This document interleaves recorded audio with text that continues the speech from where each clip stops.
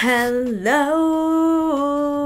Oh my gosh, I feel so official. Like, literally look at my setup. Also, can we talk about the fact that for once in my life I'm filming in my room and the sun is actually shining? Like, the vibe here is completely different and I love it. It's safe to say I'm absolutely in love and I'm feeling all the good vibes for this video, which, by the way, I've been dying to make for the longest time. We're talking about New York Fashion Week. We're also talking about how to navigate mental health as an influencer in the context of New York Fashion Week. So I'd love to make this a series just talking about that topic in general. Maybe there's like a specific theme or event or situation going on that I want to focus on. Today is New York Fashion Week because New York Fashion Week is literally upon us. I cannot believe it. I think this is my 4th or 5th one. Oh my gosh, that makes me sound so old. Also, I literally am going to turn 25 this year and it's giving me almost like a, how do you say, like existential crisis.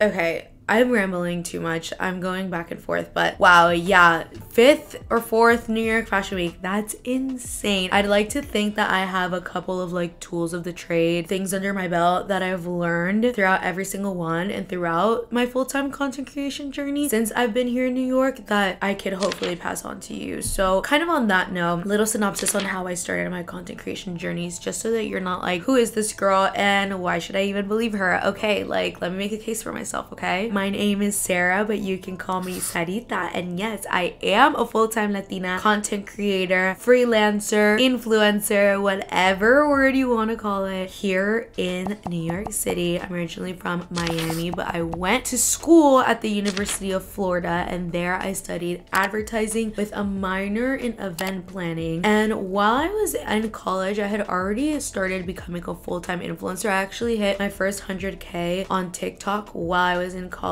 junior going into senior year. So I had already kind of had somewhat of an understanding of what being an influencer, what being a creator entails, but never to the scale of how it is now for me, you know, being in New York City and not having any other quote unquote distractions like studying, an internship. Like, I just get to focus on this. So when I graduated early, I was applying everywhere. I wanted to get a 9-to-5 job, and it was getting to a point where it was like hitting month 3 or 4 in my job search with crickets. Like, crickets. I was like, okay, love mommy and papi, but I needed to get out. Okay, so I ended up moving to New York with no plan, barely any savings, no job, nothing. All I had were my besties here in the city and, you know, my good manifestation, the trust that God would take care of me. That's really all I had. And literally a couple of days after I moved into my apartment with my bestie Ari, I got a job offer from a company. It was my dream brand, dream position. It was working on social media, especially in the context of like photo shoots. And if you already follow me, you know that that's something I do now as a freelancer. So I was so ecstatic for that to be my 9-to-5 job. But when I ended up getting into the company, they essentially said that my work as an influencer was a conflict of interest. So very quickly after getting that job, I decided to quit and go freelance / full-time creator ever since. And I've been doing it for 1.5 years, almost 2, and I have no regrets. I'm so blessed. I've had so much work, and I genuinely attribute it to the people I surround myself with, my good energy, my parents, my networking, and God. Like, I just feel like I've been so blessed. I feel like I've had some pretty cool accomplishments. Okay, let me flex on myself. Okay, this is the last thing I'll do before we're getting into the juice of it. Okay, let me flex on myself so that you know that it's the real deal. Okay, some of my, you know, favorite accomplishments, proudest moments, if you will, being able to sit front row in shows like Meow, Tory Burch, Coach, having been able to model for Coach twice and been on screens on their stores nationwide twice. Did the same thing for Kiehl's. Right now I'm working freelance directing social content for Supergroup, which exclusive, I'm going to be social directing the content that they're doing at Fashion Week because they're sponsoring the Sandy Liang show. Like, Sandy Liang has been on my manifestation bucket list for the longest time, and I'm so happy I'm gonna be able to go to the show. And in that capacity too, that's literally so special, being able to social direct content. So this New York Fashion Week that's coming up is going to be the craziest one yet. But other fun things that we have on the agenda is that I'm going to the Coach runway show. I'm doing a new runway show, Sergio Hudson with Tresemme, which I'm so excited to do. They're sponsoring the hair for the show, so I get to go as, you know, the hair ambassador. That's so cool. And then another fun thing, which arguably I am most excited about, is being able to talk on a panel with her campus media sponsored by Kate Spade surrounding mental health and social media. And to be honest, that is kind of where this video idea stemmed from. I just thought that so much of the messaging that we're going to be talking about needs to be heard, hence probably dividing this into series, because if I were to speak it all right now, girl, we'd be here like all day, all week. But yeah, in the context of New York Fashion Week, here we are. I probably said that a million times, but that is my whole intro spiel. So let's get into the meat of it. Okay, so you guys know, I don't know, maybe you don't if you're fairly new here, but last year I had a big, huge mental health, let's call it breakthrough instead of a breakdown. But yeah, last year I had a moment with my anxiety where I had come to terms with a lot of things that maybe I wasn't handling correctly. And you know, a lot of that had to do with how I was approaching my career and the anxieties that I had surrounding my career. So for me specifically, the anxiety that sometimes I face when it comes to being a creator or an influencer is, am I doing enough? And sometimes I feel like I'm not putting my best foot forward, or I'm being too much of a perfectionist. So that's where my anxiety lays when it comes to this career path. And I feel like over this past year, actually 365 days since, you know, I had that mini fan behavior moment, I've learned so much, and I feel like I have some good routines, especially when it comes to screen time and how I manage my social media, that really takes care of my mental health so much and makes weeks like these, like New York Fashion Week, more streamlined and more enjoyable. One of the biggest things was trying to get rid of the dissonance between who I am online and who I am in real life. And I always consider myself a really authentic person to begin with, but there was little things that were preventing me from feeling like my true self online, and that dissonance really did things for my mental health. Like, it made me feel like I was putting on a mask when I would go online. It made me feel like I was performing, and it made me so tired. And again, that's where kind of some of that resentment came into play. One of the things that I've done to really, you know, minimize that dissonance is turning off my likes for myself and turning off the likes of other people. The reason why I love turning off the likes for other people is because I get to like navigate social media in a way that's heart-led and not numbers-led. So when I see something that really inspires me that I want to recreate in my own way, I know that it's because I feel inspired by it and I feel drawn to it. And it's not because I'm in business mode of like, oh my god, that performed really well, let me do it for myself so that I can also hit. And that has helped me make content that I'm more proud of. That helps me reduce that dissonance, real person versus online self. And that really goes hand in hand with keeping your purpose at the center of it. And for the longest time, like, I was wandering around social media and I was lustful to be famous. And you know, I feel like that's something that Gen Z has no issue in like announcing to the world, like, I want to be famous. Like, I used to make TikTok content like that all the time, like, yes, I'm gonna be famous, all this stuff. And for me personally, that came from a place of, like I said, like perfectionism, like thinking that I'm not enough, and then in some twisted way just wanting to be famous to overcompensate for that. Maybe I'm not making sense, but you know, ever since I've been slowly but surely rewiring my brain, it feels like, you know, that lust for being famous has been replaced with a passion for making art and telling stories that are true to my purpose. Let me know if I'm making sense, because sometimes I feel like I'm just yapping away. I don't know. Keeping purpose at the center of your content creation journey is key, and it will increase your mental health and make the whole process of growth and your journey in general so much more enjoyable. So for me, my purpose is to help people realize that their differences are the most beautiful things about them, and that their differences are their superpower, and there's so much power in accepting yourself. And you see how that has so much to do with the anxiety that I have surrounding it. It really just is all connected, and it comes down to loving yourself as well. That's truly the answer for everything, loving yourself. And my purpose in this space is so connected with, you know, some of the struggles I face, and I think that makes it so much more impactful and so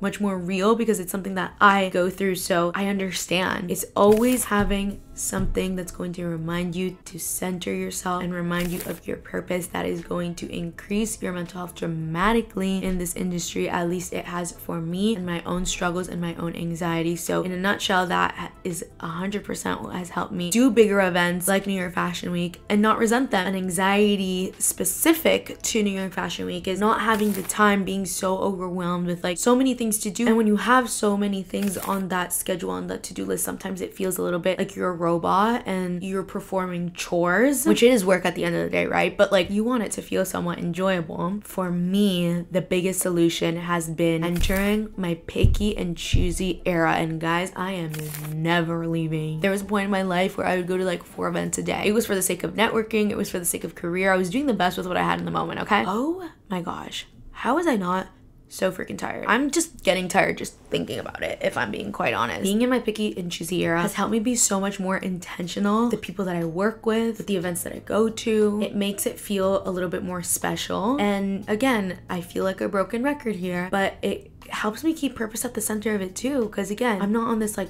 weird autopilot mode. I'm like very much attentive and I want to make the most out of what's happening, and yeah, it's just so much more special that way. And I feel like doing that has also reduced my anxiety dramatically. Seriously, I resent things less and they feel less like a chore, and they're so much more enjoyable because I'm truly looking inward and being like, is this a brand that I want to go and support? Is this a brand that aligns with me? And of course there's the topic of going to events alone. That's a whole other tangent, which I definitely recommend doing that. That could be for another one. But pausing for a second. There's so much power in pausing for a second and seeing, do I really want to take this collab? Do I really want to go to this event? Be intentional. I know you girlies want the New York Fashion Week tips and tricks, okay? I'm not dumb. I know that y'all want the tips and the tricks. Should I go to New York Fashion Week? Girl, I cannot make that decision. And for you, look inward, my queen. If I were to give a short generic answer, the answer is yes. I do think it's worth it. No matter what your schedule looks like, even if you don't have a single thing, I think that you should go. I have 2 anecdotes that hopefully will convince you. The first one is my first fashion week ever. I was senior in college and I had decided to go with nothing on my schedule, and I met up with so many creative friends through DM. I was like, let's grab coffee. Do you know anything going on today? Like, I was a little hustler, okay? I was asking around in a nice, polite way if anyone knew of anything or any contacts that they could send me. And I'd say in the 3 to 4 days prior to my flight, I had 1 or 2 things that I wanted to go to. While I was in New York and meeting up with these girls and going to the little couple of things that we had, one of my friends was walking home and she stumbled upon this huge set that was being built on one of the streets in Soho. And she sees like people wearing like Tory Burch badges and all this stuff, and she's like, what's going on? And they're like, oh, tomorrow morning like at 9 the Tory Burch runway show is gonna be here. She immediately goes back to me. She's like, I don't even know how we're gonna do this, but tomorrow you and I are gonna get ready at 8 in the morning. We're gonna be down there and we're gonna watch the Tory Burch show. We're going to go to the Tory Burch show. And me, who has not been to a single runway event ever, much less like a legit fashion week event, I was like,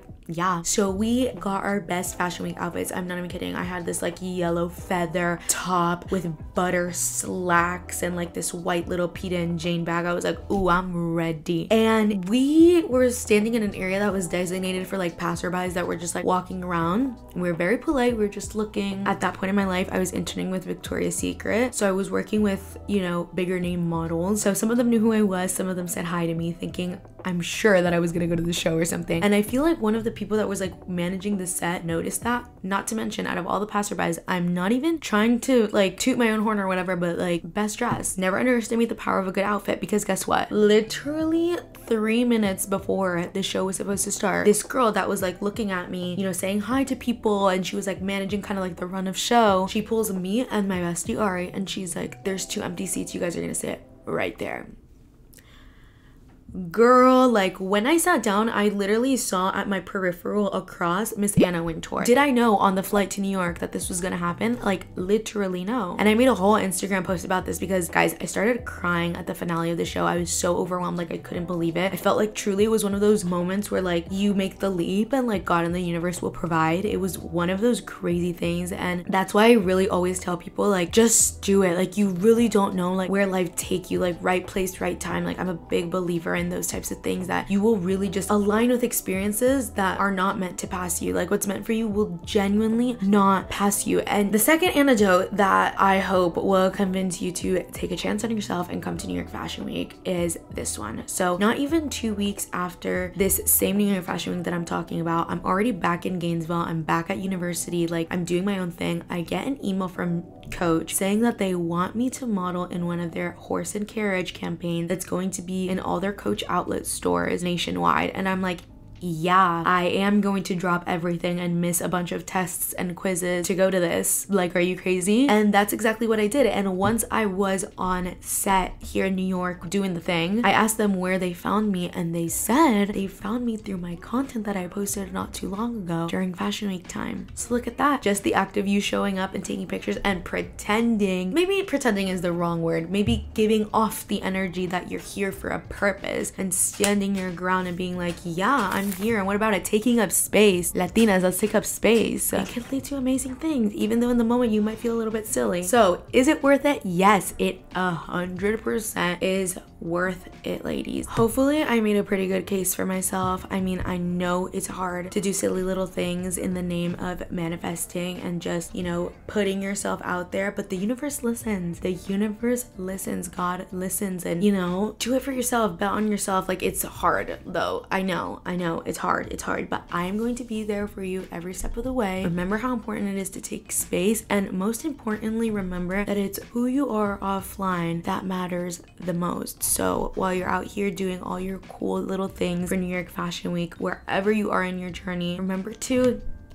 make sure that distance between your online persona and your real self is as close as possible, so you can send out that good energy and that purpose to everyone and anyone that you may come across your way while you are here or doing all the things. Te quiero mucho, mucho, mucho, mucho. Let me know if you want this to be a series. Drop any questions or any topics that you would like for me to talk about regarding, you know, managing your mental health as an influencer or anything of that matter. And I'll see what I can do. No promises, but kind of a little pinky promise, because I had too much fun doing this. So for my own selfish reasons, you will probably see me back here in this exact setup, yapping away. Okay, I'm done. Te quiero mucho. See you back here so soon.